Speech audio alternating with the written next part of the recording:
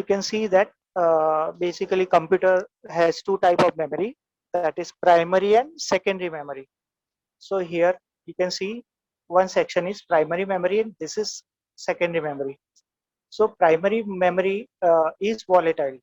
That means whatever data primary memory is holding, that is on temporary basis. Whenever we switch off our computer, then whatever work we haven't saved is wiped off. That means we cannot recall that back. For example, if we are working with MS Word, we have created one table, but if we have not saved that file and we switch off our computer, and when we start our computer again, then at that time we cannot get that file back on screen. So because whatever you are working on computer, before saving that file save option you are using every time to save your work. But if you do not go into file and save operation, so whatever work you are doing, that is saved in this type of memory, that is primary memory. So there are two types of primary memory. One is RAM, that is random access memory, and second one is ROM, that is read only memory. This is primary memory but non volatile. That means data stored in this type of memory, that is ROM, is saved for permanent basis. So this is mainly this type of memory is mainly on motherboard, read only memory. Okay, so there are sections where ROMs are there on motherboard of your computer. Then there are two types of RAMs. One is SRAM and second is DRAM. S S stands for sequential and D for dynamic. So there are sequential RAM and dynamic RAM. Then ROM, we have PROM, EPROM, and EEPROM. So PROM is for like programmable read-only memory. So once when we write something on it, we cannot remove that. That is saved on for permanent basis. So it is ROM is data on ROM is written by manufacturer itself. Then EPROM, that is erasable programmable read only memory. So we once it is programmed, we can erase the old data and again we can write data on it. Then next one is EEPROM, that is electronically erasable programmable read only memory. So data on this type of ROM is can be erased electronically. Then in secondary memory, first one is hard disk. So hard disk, only two words are there. So HD, we don't use HD short form, but we use HDD. HDD stands for hard hard disk drive. Then SSD memory is there in form of cards. Then compact disk are there, that is CD. DVD also comes in this part of secondary memory. Then floppy disk drive is there. Floppy disk nowadays is extinct. Uh, before this pen drives and CDs or DVDs were invented, people used to take this type of disk for data storage. And typically one floppy disk was able to hold 1.44 MB of data, only 1.44 MB of data. So and it was a plastic disk with magnetic coating on over it. So nowadays we can't do anything with that amount of storage, that is 1.44 MB. So now we are not using this type of memory, that is floppy disk. Then comes magnet tape. Magnet tape means it is a kind of tape where magnetic coating is there. If you have seen older video cassettes or older audio cassettes, in that you might have seen that. Now comes memory and control unit. So this section we have taken earlier. So here again we are getting an idea again, like a revision.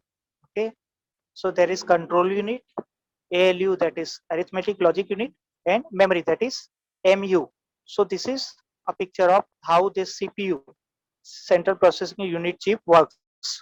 And memory interacts with input unit and output unit, because input unit passes data to this memory, that is MU, and then after processing from ALU, again memory unit passes that data to control unit, and then control unit passes that data to output unit.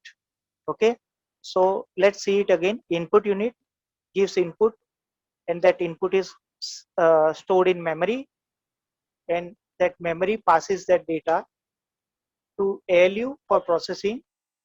Then after processing, when result is generated, it is passed to control unit, and control unit send it to output unit.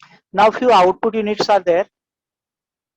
So these are visual output units, that is monitor and other tablets. Then cell phone screen is also there. We can use, we are doing computing with cell phone also. PDS, that is personal digital assistant, like that.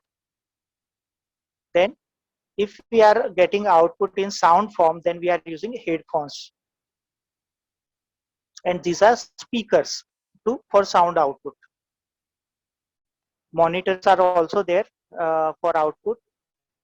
Now again this chart, again same input given to this CPU. This is CPU unit. Okay, and then CPU unit after processing transfer the data to output unit. And now you can see this memory, main memory, secondary memory. So when input data is given to CPU, then that memory unit asks instruction to process. So memory unit gives control to control unit, and control unit and memory unit fetch data from this memory, whatever software and programs are there which are applicable to this processing. So that instructions are read from this memory, and then output is generated. Now characteristic of computer. Automation, that is we are doing few tasks that can be done automatically using computers. So nowadays there are driverless car concept. People are working on it so that a car can be driven without a driver using sensors and all, and computer. Then accuracy. Whatever task we are doing on computer, we are sure to get 100% accurate output. So computer provides us accuracy. Then computer give us long-term storage. Long-term storage, for example, we are storing data on hard disk of a computer. So when we store something in hard disk, then it remains for a very long time. And you can also compare storage of a hard disk with physical storage. For example, if I am creating a document of 50 pages in Microsoft Word, and that I am going to store in computer's memory hard disk. So 50 pages are there, and still it requires only few KBs. That file will be in KBs only. But when I take print and file those 50 pages, at that time physical storage that I require is more. So if we store data up to 1 TB, that is normally nowadays hard disks come into that much storage capacity. So 1 TB data, if printed from computer, we require a large hole to store that files and other things. So computers can store data for long term and save storage also, physical storage. So nowadays filing are done electronically in banks, government, organization and industries. Then consistency. So whatever task computer is performing, it is computer is doing with same accuracy. Even if same task is being done for 10th time or 50th time or 100th time, result will be same with same accuracy. So that is consistency. Then programmability. So if we want our computer to do something new, a new task, at that time we can give a program or software, new program or software, and computer can be programmed for a new task. Now this here this topics are explained in a few points. Now comes software. The software is what a set of instruction.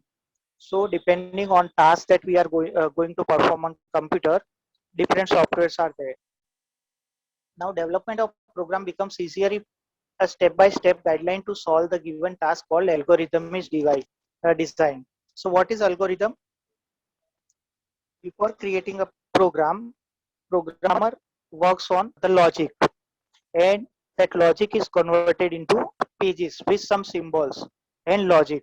So that is algorithm.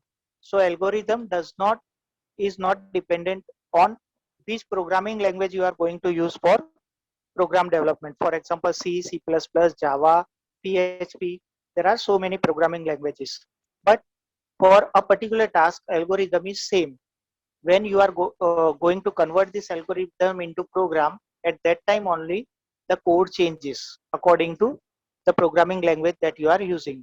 Then comes hardware. So we all know that physical parts of computer that we can see or touch are called hardware. So it is hardware parts even if parts are inside CPU. So we cannot see that what is inside CPU, but still it is called hardware only. Now comes firmware. So firmware is a kind of software only, but this software comes from manufacturer side. So for example, microwave oven is there, digital camera is there, then washing machines are there. So we can set some timer there, some other things like uh, size of image that we want to click, or here for how much time, how much temperature we want to bake our food, that we can set, and then according to that time and temperature, we don't need to interact again with that device. So there are inbuilt instructions from manufacturer side, that is called firmware.